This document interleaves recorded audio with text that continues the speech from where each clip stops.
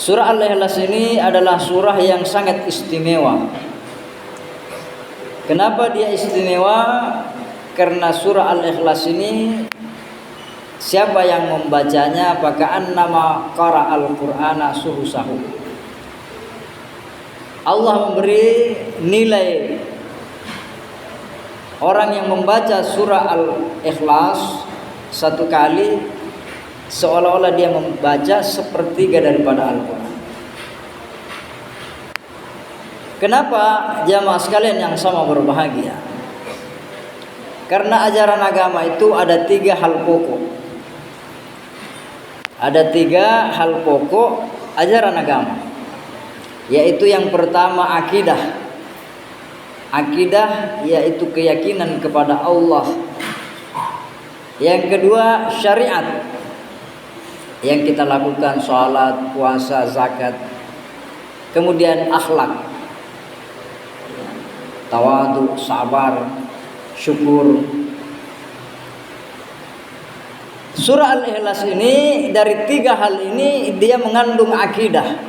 Mulai dari ayat yang pertama sampai yang terakhir itu mengesahkan Tuhan, menceritakan tentang sifat-sifat Allah Subhanahu wa taala. Maka dengan membaca dan meyakini kandungan daripada surah Al-Ikhlas ini, maka sempurnalah akidah kita kepada Allah Subhanahu wa taala. Jamaah sekalian yang sama berbahagia. Di awal-awal Islam, surah yang pertama Iqra bismi rabbikal ladzi khalaq. Kemudian turun surah-surah yang lain atau ayat-ayat yang lain, tapi belum menjelaskan siapa Tuhannya Muhammad. Iqra bismi rabbik, bacalah dengan nama Tuhanmu. Qul a'udzu birabbik, katakanlah aku berlindung dengan Tuhan. Birabbin nas, Tuhan manusia. Birabbil falak, Tuhan falak. Maka orang-orang kafir Quraisy mereka datang, ijtama'a kuffaru Makkah, berkumpul tokoh-tokoh Quraisy. Ada namanya Amir bin Tufail, ada namanya Zaid bin Qais, dan banyak lagi. Mereka datang bertanya kepada Muhammad, ya Muhammadu, sif lana rabbaka min ayyi syai'in huwa. Muhammad, tolong ceritakan kepada kami, jelaskan kepada kami Tuhanmu itu seperti apa. Dia terbuat min ayyi syai'in, dia terbuat dari apa? Am min zahabin, ahuwa min zahabin am min fiddatin am min hadidin aw min nuhasin. Apakah Tuhanmu Muhammad itu terbuat daripada emas? Apakah dia terbuat dari perak? Apakah Tuhanmu terbuat dari besi atau dari tembaga? Rasulullah SAW tidak menjawab. Dia hanya menjawab dalam hati dengan berkata, huwa la yashbahu syai'a. Tuhan saya tidak menyerupai dengan sesuatu apapun, tidak serupa dengan sesuatu apapun. Maka Allah yang menjawab. Apa jawabannya? Kul, katakanlah kepada mereka wahai Muhammad, huwallah, Tuhan saya Allah. Tuhan saya Allah. Allah itu bagaimana? Allahu Ahad, Allah yang Maha Esa. Allahus Samad, Allah itu tumpuan segala sesuatu, tempat bergantungnya segala sesuatu. Lam yalid wa lam yulad, Allah itu lam yalid, tidak melahirkan, wa lam yulad, dan tidak dilahirkan, wa lam yakun lahu kufuwan ahad, dan tidak ada sesuatu pun yang setara atau serupa dengannya. Jamaah tarawih rahimakumullah. Apa isanga Allah? Orang Yahudi bilang Allah, orang Nasrani bilang Allah. Allahu itu diambil dari kata al-ilahu. Apa itu ilahu? Al-ma'luh, yang disembah. Allah artinya yang disembah. Allahu ahadun, Allah yang Maha Esa. Allah kita Maha Esa. Berbeda dengan Allah yang dianggap oleh penganut-penganut yang lain. Allah di dalam Islam Maha Esa. Apa itu Esa? Esa itu tidak sama dengan satu. Ahad itu Esa, bukan satu. Kalau kita bilang satu, terbayang kata dua.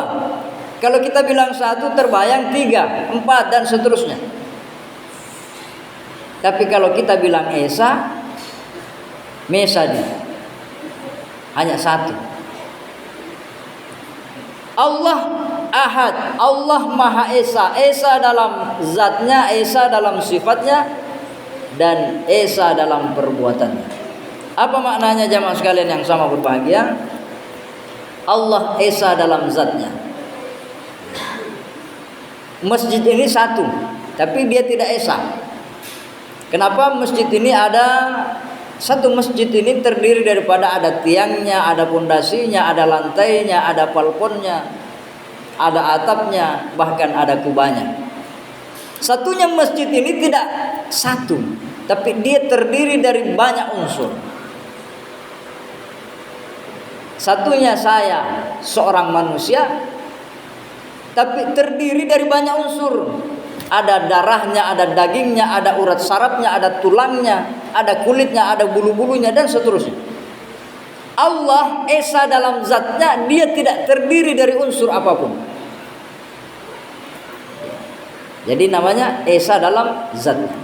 Allah Esa dalam sifatnya. Allah kita sebut dia Maha Penyayang. Ada juga orang dia penyayang, tapi penyayangnya manusia tidak sama dengan sifat Allah yang Maha Penyayang. Allah Maha Kuasa. Kita juga selalu berkata dia yang berkuasa di tempat ini. Kuasanya manusia tidak sama dengan kuasanya Allah. Itu namanya Esa dalam sifatnya, Esa dalam perbuatannya. Kita mau makan saja butuh berapa banyak makhluk, mulai dari petani yang menanam padi, kemudian pabrik yang menggiling padi, kemudian kendaraan yang mengangkut beras dari gudang ke toko, dari toko menuju rumah kita. Kita butuh berapa banyak pabrik yang bikin panci, kita butuh tabung gas, dan seterusnya. Hanya untuk sekedar makan saja kita butuh banyak orang. Allah iza arada syai'a yaqulu lahu kun fayakun. Perbuatannya Allah hanya berkehendak maka terjadilah dia. Iza arada syai'a yaqulu lahu kun fayakun. Jamaah sekalian yang sama berbahagia, itulah namanya Allahu Ahad. Allah Esa dalam zatnya, Allah Esa dalam sifatnya, dan Allah Esa dalam perbuatannya. Allah tempat bergantung segala sesuatu. Tidak ada manusia yang tidak pernah berdoa kepada Allah Subhanahu wa taala. Sekalipun dia ateis, tidak percaya Tuhan. Ketika engkau menghadapi suatu masalah, apakah itu persoalan ekonomi, apakah itu persoalan penyakit, dan seterusnya, datanglah dia berobat ke dokter, tidak sembuh-sembuh, pergi dia ke dukun, tidak sembuh-sembuh, dia pergi ke tabib-tabib alternatif, tidak sembuh-sembuh. Akhirnya apa? Dia berkata, ya Allah, oh Tuhan, sembuhkan saya. Ketika dia menghadapi persoalan, dia minta bantu kepada orang yang bisa membantunya. Dia datang kepada orang yang punya kuasa, dia datang kepada pemerintah, dia datang kepada karib kerabatnya, dia datang kepada temannya, dia datang kepada tetangganya, dia minta tolong kepada siapapun. Tapi masalahnya tidak selesai, kesulitannya tidak terpecahkan. Apa dia bilang? Oh Tuhan, oh Puang, todikmu. Maka dia pasti mencari tumpuan harapan siapa? Allah Subhanahu wa taala. Itulah namanya Allahus Samad. Dialah tempat bergantung, dialah tempat tumpuan harapannya semua makhluk.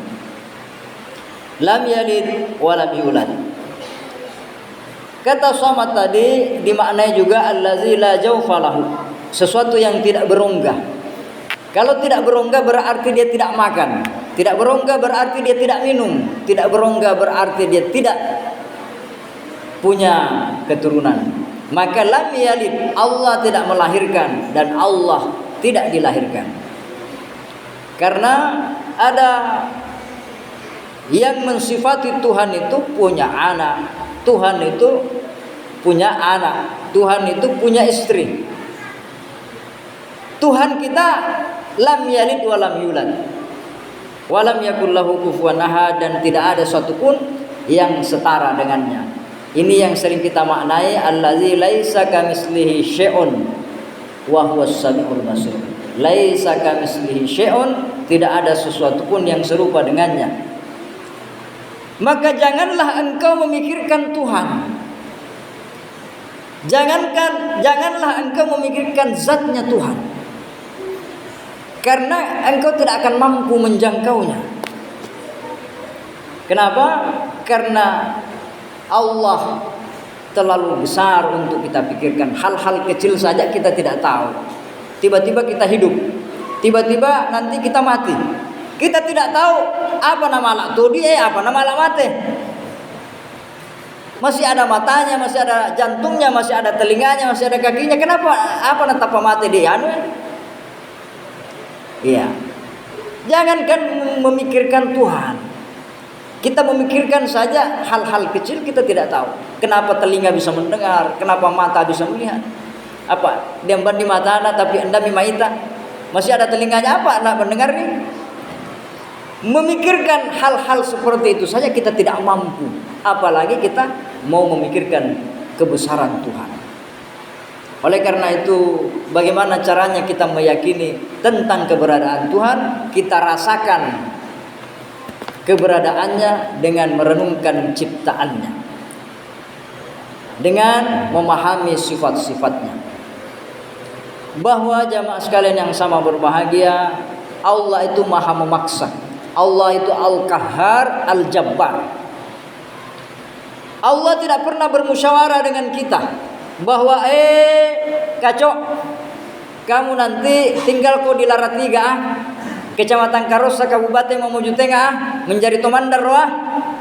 Allah tidak pernah tanya sama kita, melo menjadi mandar, melo menjadi Bugis, melo menjadi Jawa. Allah tidak pernah musyawarah dengan kita. Allah Al-Qahhar. Tiba-tiba kita lahir sudah jadi orang mandar. Tiba-tiba lahir, dia di Laratalu. Allah musyawarah sama kita. Kita jadi perempuan atau laki-laki. Mau gak puang melo menjadi tobaine yau? Tidak bisa. Kita ini adalah makhluk yang tunduk dan dikuasai oleh Allah yang maha mengatur segalanya. Maka jalani hidup ini dengan berserah diri kepada Allah Subhanahu wa taala, sehingga hidup kita akan nyaman karena kita menikmati segala skenario yang sudah diatur oleh Allah Subhanahu wa taala. Yang terakhir jamaah sekalian yang sama berbahagia, bahwa membaca surah Al-Ikhlas ini banyak manfaatnya. Ya. Soalnya mau malak kasih coba ya. Dan lihat dia malah tu serupa. Ada seorang sahabat, dia datang kepada Rasulullah. Syaka rajulun ila Nabi alaihi salatu wasallam. Lelaki ini mengeluh, susah hidupnya. Mapar itu dan dia sawina, dan dia coklana, dan dang lemona, apa dia Rasulullah mapar sana dia tuangnya. Maka Rasulullah mengatakan, bacalah idza dakhalta manzilaka faqra surat Al-Ikhlas. Kalau engkau masuk ke dalam rumahmu, buka pintu baca surah Al-Ikhlas. Baca surah Al-Ikhlas kalau masuk ke dalam rumah. Apa yang terjadi? Bapak ala zalika fawassa Allahu alaihi rizqah. Dia baca setiap dia masuk rumahnya, dia baca setiap masuk rumahnya, maka Allah melapangkan rezekinya. Jadi yang mengamalkan ini insya Allah akan diringankan, akan dimudahkan jalan rezeki. Surah Al-Ikhlas. Kemudian mangkara surat Al-Ikhlas fi maradihi alladhi yamutu fihi lam yantan fi qabrihi. Siapa yang terkena penyakit yang mana penyakit itulah yang menjemput ajalnya, tapi dia baca surah Al-Ikhlas, maka insya Allah tidak akan busuk jenazahnya. Wa amina min daikil qabri, dan dia akan aman dari siksa kubur. Ya. Wa hamalatul malaikatu bi ajnihatihim hatta yajuzu minas sirat ilal jannati, dan akan diantar oleh malaikat melewati jembatan Shiratal Mustaqim masuk ke dalam surganya Allah Subhanahu wa taala. Makanya dia yang di sana membaca qul huwallah. Mau pergi mana? Pergi tahlilan. Mau pergi mana? Pergi qul huwallah. Baca-baca pitunnah, baca-baca patapulona. Apa dia? Ya di dalilnya. Akan dilapangkan kuburannya, akan menjadi pengantar dirinya menuju surganya Allah melewati jembatan Shiratal Mustaqim.